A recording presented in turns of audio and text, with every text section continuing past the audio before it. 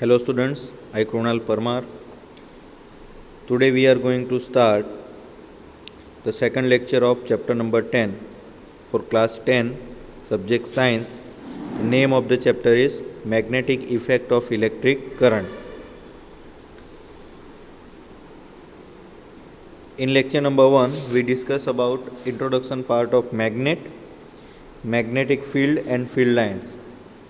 In today's lecture we discuss about magnetic field due to current carrying conductor, and then we discuss about right hand thumb rule. So start with the first point, magnetic field due to current carrying conductor. As per the name of the theory, due to the current carrying conductor, magnetic field is produced. Due to the current carrying conductor, magnetic field is produced. We are going to discuss this topic.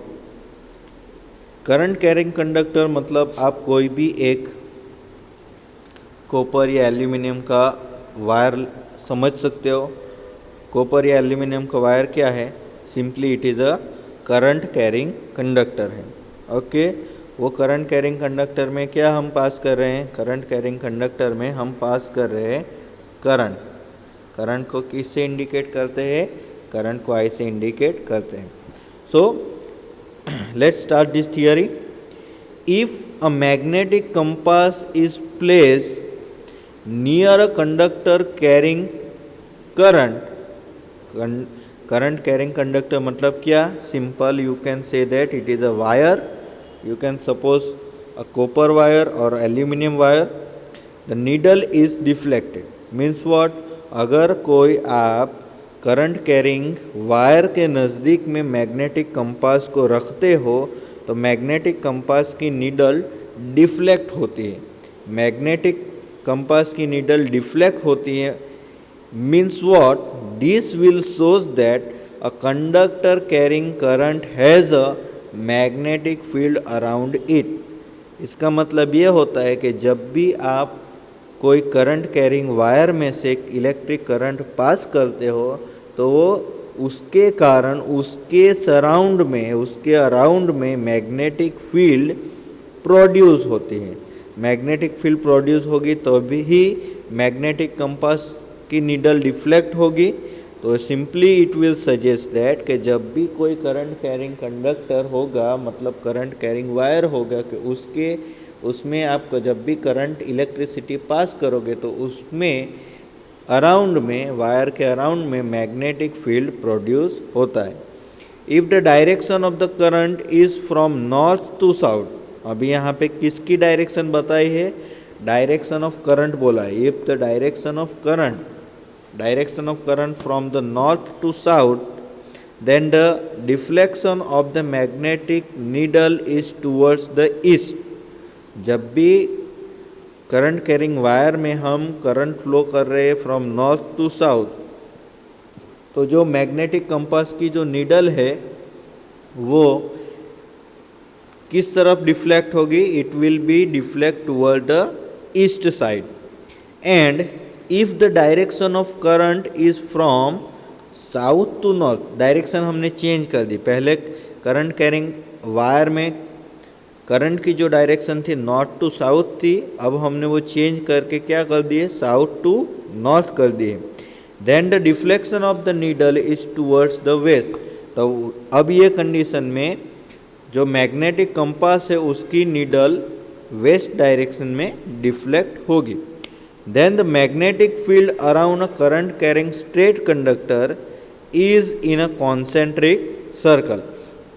तो यहाँ पे जो magnetic field produce होती है वो कैसे? ऐसे concentric circle में प्रोड्यूस होती है. It can be observed by passing a current carrying straight conductor through a cardboard and sprinkling a iron filing on it. तो ये प्रैक्टिकल समझने के लिए हम स्मॉल एक्टिविटी करते हैं. अब स्मॉल एक्टिविटी में हमको क्या करना है? यहाँ पे फिगर में इंडिकेट किया है। हम क्या लेंगे, एक कार्डबोर्ड लेंगे, उसके बीच में से एक वायर रखेंगे और ये कार्डबोर्ड के ऊपर स्मॉल आयरन पीसीस को बिछा देंगे।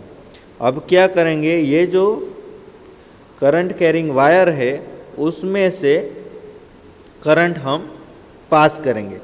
जब भी यहाँ से करंट पास होगा, जब भी यहाँ से करंट पास होगा तो कार्डबोर्ड पे जो स्मॉल पीसीस ऑफ आयरन रखे वो कुछ इस पैटर्न में सेटल हो जाएंगे। इस पैटर्न में सेटल हो जाएंगे मतलब इसका मीनिंग क्या कि यहाँ पे मैग्नेटिक फील्ड है और वो मैग्नेटिक फील्ड के कारण यहाँ पे स्मॉल पीस ऑफ आयरन इस तरह से सिचुएटेड है। मीन्स व्हाट, कि जब भी कोई वायर में से हम करंट पास करेंगे तब वो करंट की वजह से उसमें मैग्नेटिक फील्ड प्रोड्यूस होता है। ये जो कॉन्सेप्ट है उसको हम बोलेंगे magnetic field due to the current carrying conductor. Now next point is right hand thumb rule. Right hand thumb rule, जिस तरह से ये थियरी का नाम है उस तरह से उसको हम अप्लाई करना है। क्या है ये कॉन्सेप्ट, पहले देखते हैं।